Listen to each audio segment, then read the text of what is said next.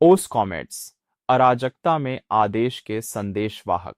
सदियों से कॉमेट्स को आपदाओं और दिव्य भविष्यवाणियों के संकेत के रूप में डराया जाता था। वे अचानक आकाश में प्रकट होते थे और अपनी प्रकाशमय और अप्रत्याशित मार्ग के कारण भय और अंधविश्वास जगा देते थे। कार्डेक हालांकि दिखाते हैं कि ब्रह्मांड में कुछ भी आकस्मिक नहीं है।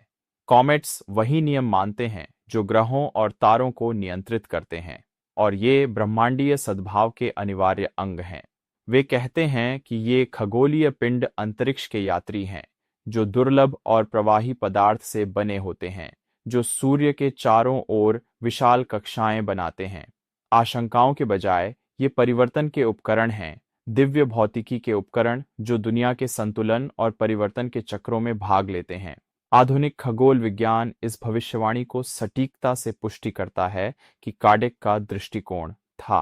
ये कॉमेट्स बर्फ, धूल और चट्टानों से बने होते हैं, सौर मंडल के असली फॉसिल्स जो सृष्टि के प्राथमिक पदार्थों को अपने में संजोए रखते हैं। उनके लंबे अंडाकार मार्ग उन्हें दूर दराज क्षेत्रों में ले जाते हैं, जहां हम लगभग कुछ भी नहीं जानते, और समय समय पर वे केंद्रीय प्रणालियों में लौट आते हैं, सूर्य के करीब आने पर अपनी चमक फिर से जगा देते हैं। वे इसलिए ब्रह्मांडीय उत्पत्ति की जीवित स्मृतियां हैं, संसारों के जन्म के साक्षी।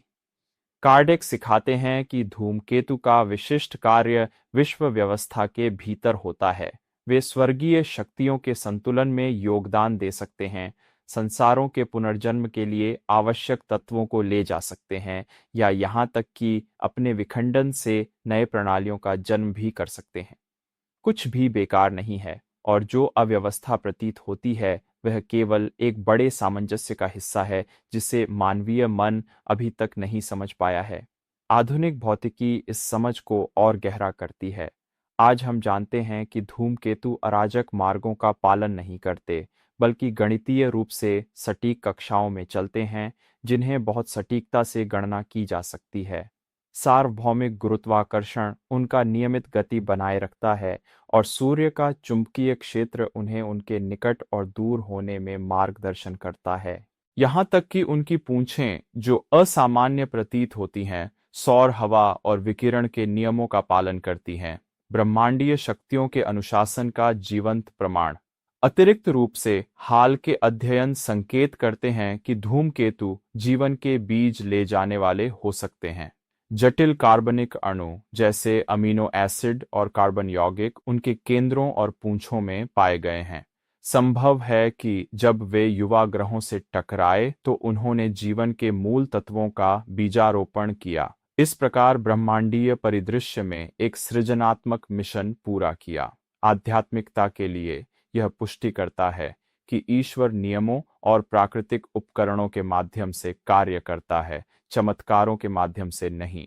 धूमकेतु, जो अराजकता का प्रतिनिधित्व करने के बजाय व्यवस्था के संदेशवाहक हैं, दुनियाओं के बीच सेतु हैं और सृष्टि की अनंत गति का अभिव्यक्ति है।